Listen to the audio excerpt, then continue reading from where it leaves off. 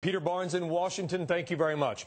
Well, House Republicans are focusing on the cost of a cap-and-trade system, warning the plan would raise regulatory costs on businesses and increase energy prices for everybody, but they haven't offered any alternatives. Joining us now is Republican Congressman Glenn Thompson of Pennsylvania. Congressman, welcome to America's Nightly Scoreboard. It's Brian Sullivan. Thank you very much. Listen, the debate is not going away, and I think that we all agree that we need to do something, but we need to also have alternatives if you disagree with the current plan. Well, Brian, thanks for the opportunity to join you, and I agree. We need, this is the wrong policy. Cap and trade only has two measurable outcomes. It has higher unemployment and higher energy costs, and neither of those are good for America. Yeah, but the proponents will say you're saving the world, so that might be worth the costs on the energy side. Well, I look at every piece of legislation in terms of cost benefits, and the costs here are absolutely unacceptable when it looks like it's, estimates are it's going to impact a household every year of $3,100. In the state where I live, Pennsylvania, our energy costs are expected to go up 30 to 40% for electricity.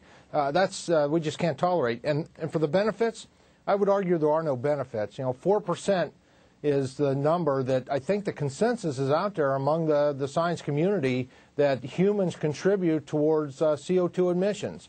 4%. That's hardly, the old adage about the straw that broke the camel's back. I got to wonder whether that was straw ever really did that. Well, we got to worry about that $3,100 per family number, too, because that number's been debunked by some. MIT, the guy said he made an Excel spreadsheet error. But there are other reports out there as high as $4,000. There's some as low as $140. So it's really hard to get caught up in the exact numbers about the cost of cap and trade.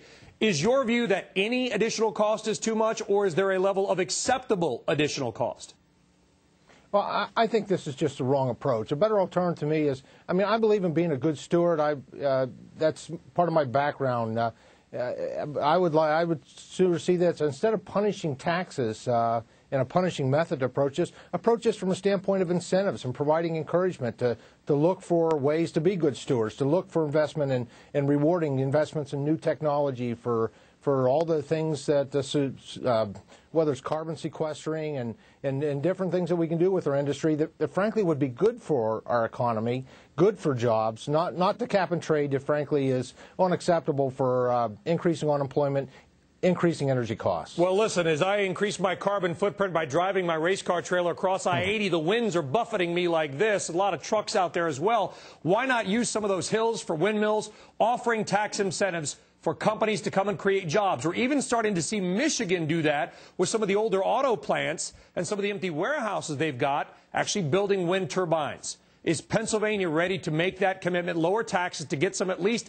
if this is going to come and there's not much they can do to stop it, bring in some alternative energy production and jobs to the Keystone State? Well, I believe we need to do it all. I was actually pleased the president from Iowa was talking today. He was talking about my district when he referenced the first drilling of oil 140 years ago in Titusville, Pennsylvania. And I believe we need to do it all. We need our fossil fuels as a bridge, both from a fuel perspective and a funding perspective. We open up the Outer Continental Shelf. That's trillions of dollars that could be generated. We own that. Our country owns that. That would allow us to do the proper investment in this technology, do that proper investment in wind and solar and all the biomass, the different alternatives that are out there. All right, Congressman Thompson of Pennsylvania, we do appreciate it. Good historical reminder, too. Oil discovered in the United States, not in Texas, Pennsylvania. John Rockefeller made a little bit of money off that as well. Congressman, thank you so much. All right, well, no one disputes